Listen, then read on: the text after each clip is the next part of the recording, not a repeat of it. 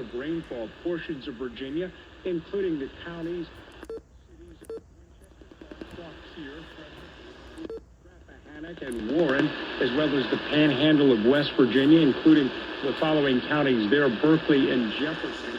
This is until 8:30 a.m.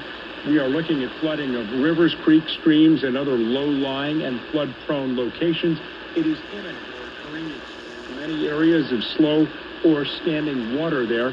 At 3:24 this morning, the flooding is ongoing, expected to begin shortly. Between 2 to 5 inches of rain has already fallen.